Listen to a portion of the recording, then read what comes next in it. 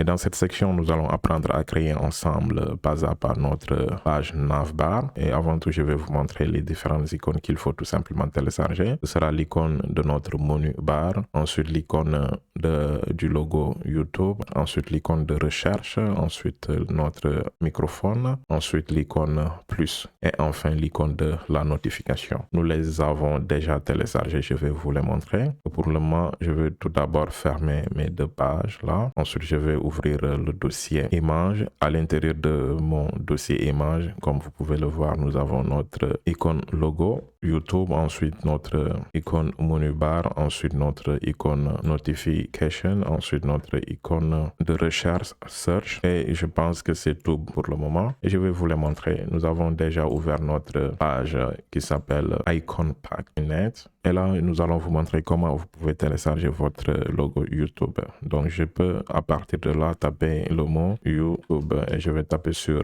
entrée et cela nous donnera beaucoup plus de possibilités. Je vais aller sur suivant. Ensuite, je vais continuer à regarder pour voir est-ce que j'ai ce que je cherche. Je ne le trouve pas toujours. Je vais sur la prochaine page et là, je vois à peu près ce que nous avons. Donc, je vais tout simplement cliquer sur l'icône là. Je clique sur l'icône. Une fois que je clique sur l'icône, je vais aller sur PNG File. Ensuite, je vais sélectionner la taille de mon icône en pixels. Je vais aller avec les 256 pixels. Une fois que je clique sur les 256 pixels, il va tout simplement me télécharger. Et là également, je peux faire la même chose avec l'icône notification. Je vais cliquer sur entrée. Ensuite, nous allons tout simplement chercher notre icône notification qui correspond à cette icône que vous voyez là. Et vous allez faire la même chose pour l'icône microphone. Pour l'icône microphone, vous allez également taper le mot microphone. Ensuite, vous faites entrer. Maintenant, vous allez continuer à faire la recherche de l'icône microphone. Ensuite, je vais retourner dans Visual Studio Code et nous allons commencer à taper du code. Et là, la toute première des choses que je ferai, ce sera juste d'agrandir un tout petit peu la longueur. Ensuite, je vais réduire, fermer autrement dit mon dossier image. Ensuite, je vais à l'intérieur de mon dossier HTML underscore CSS et je vais créer un nouveau dossier que je vais nommer navbar.html. Je vais avec navbar en minuscule. Là, c'est pas ce que nous voudrions. Nous voudrions juste pas créer notre navbar à l'intérieur de notre dossier image. Je vais le déplacer. Ensuite, je vais refaire la même chose pour notre CSS et nous allons créer un fichier CSS que nous allons nommer navbar.css.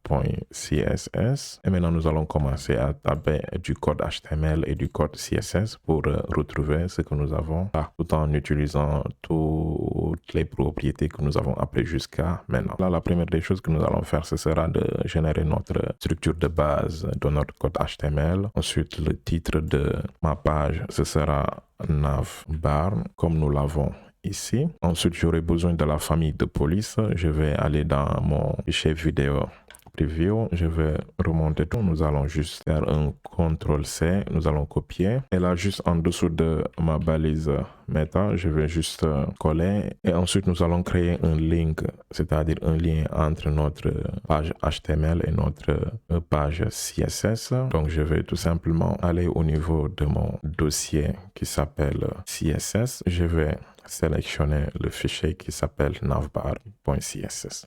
Ensuite, l'étape suivante, ce sera d'ouvrir notre fichier HTML avec notre Vive server. Et ensuite, nous allons commencer à taper du code. Mais avant de commencer à taper du code, et là, nous allons tout d'abord vous montrer un tout petit peu comment nous allons procéder à construire notre navbar avant de passer au niveau du code HTML et CSS. J'ai déjà pris une capture d'écran de mon navbar que vous voyez ici. Là, j'ai ouvert mon application app.diagrams.net. Ensuite, je vais créer un rectangle. Là, je vais créer un rectangle. Je vais augmenter un peu la taille de mon rectangle. Ensuite, je vais changer la couleur de la bordure. Je vais appliquer la couleur rouge. Ensuite, je vais augmenter l'épaisseur de la bordure à 2 à peu près. Et là, je vais enlever le remplissage.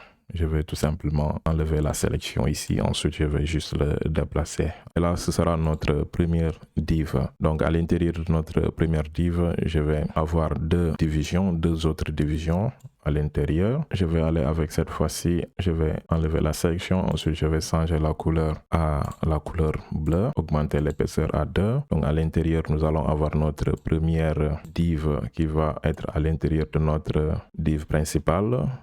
Donc dans lequel nous allons tout simplement mettre 3 sections, la section de gauche, la section du milieu et la section de droite. Donc nous allons représenter ces 3 sections. Pour vous permettre de bien voir, je vais aller avec la couleur verte comme couleur de la bordure. Donc je vais juste diminuer un tout petit peu. Et ensuite je vais enlever le remplissage d'abord. Ensuite je vais juste le déplacer. Là, peut-être je peux augmenter l'épaisseur de la bordure. Et ensuite je vais juste diminuer la largeur. Ça, ce sera notre première section. Donc je vais refaire également la même chose. Ce sera pour notre deuxième section. Je vais enlever le remplissage. Ensuite je vais toujours aller avec la couleur verte. Ensuite je vais augmenter l'épaisseur à 2.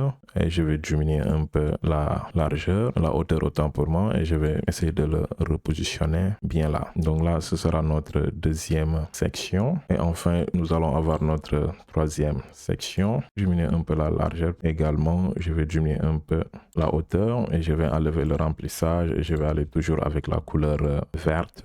Je vais augmenter l'épaisseur de mon rectangle. Je vais le faire déplacer là. Et nous allons toujours diminuer un peu la largeur et je vais bien le repositionner. Et enfin, nous aurons notre dernière div. Nous allons aller toujours avec la couleur bleue. Nous allons enlever le remplissage. Ensuite, je vais augmenter l'épaisseur à 2 et également diminuer la hauteur. Là, ce sera tout simplement notre deuxième div. Ce sera notre deuxième div.